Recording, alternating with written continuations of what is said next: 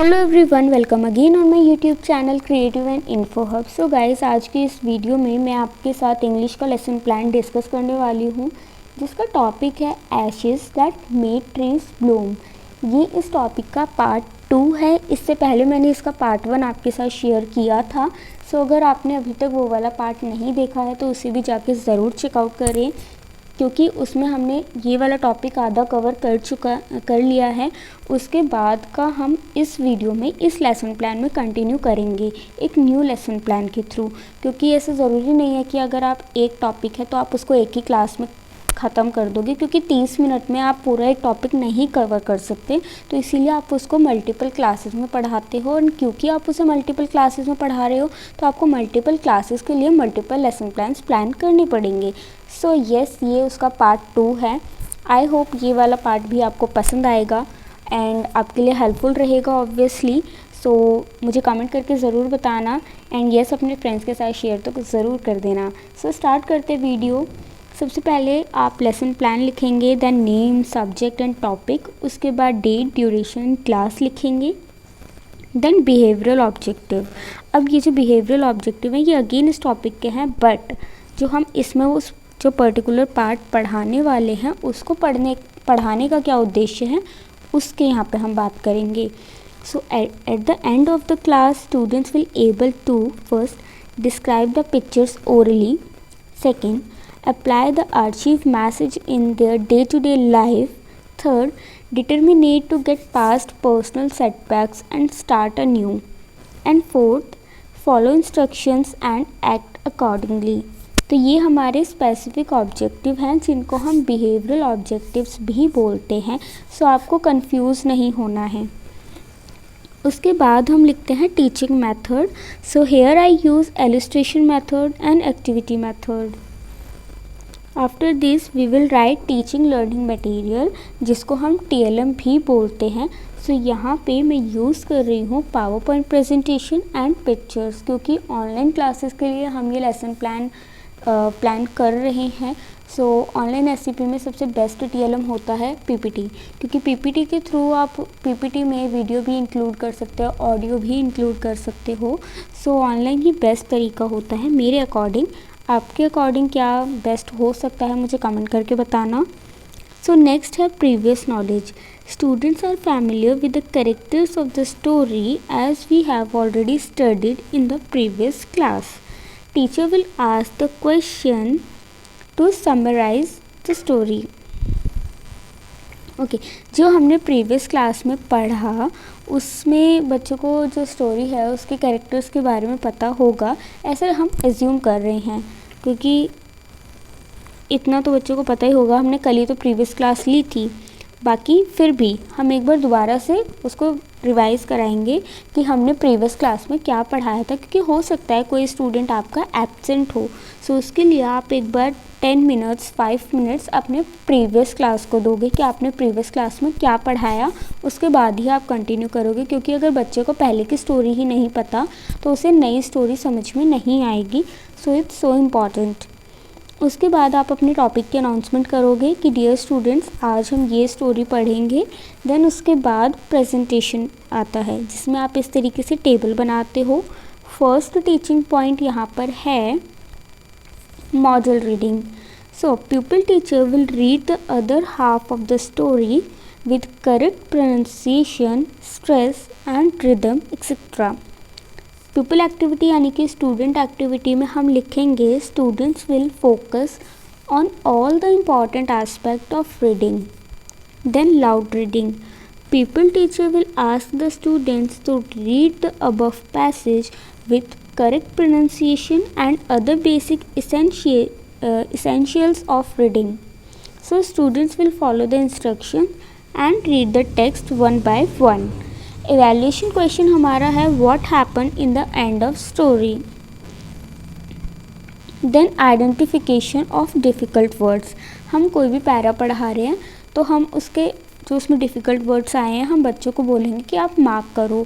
Then आप उनके meaning बच्चों को बताओगे। सो यहाँ पे ये जो नेक्स्ट हमारा टीचिंग पॉइंट है आइडेंटिफिकेशन ऑफ डिफ़िकल्ट वर्ड्स, इसमें हम यही करने वाले हैं। हम क्या करने वाले हैं, हम अपने स्टूडेंट्स को बोलेंगे कि अभी जो हमने स्टैंजा पढ़ा है उसमें आपको कौन सा वर्ड हार्ड लगा, मुश्किल लगा, आप उसको अंडरलाइन करें एंड देन हम उसका मीनिंग डिस्कस करेंगे. So pupil teacher will discuss the meaning one by one. Then explanation of passage.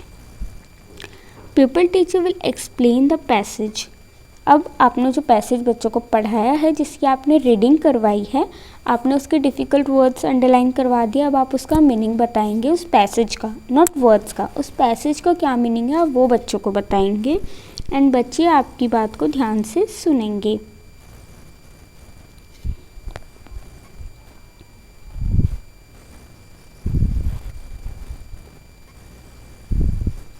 इसके बाद हम कंटिन्यू करते हैं. इसके बाद हमारा आता है silent reading. Pupil teacher will ask the students to read the text silently to understand the meaning properly.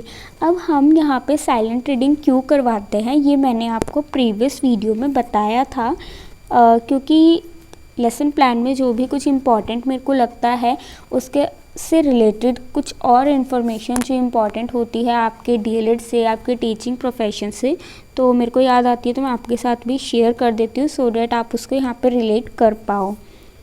Okay, then आप लिखते हैं comprehension questions. Pupil teacher will ask some questions to the student.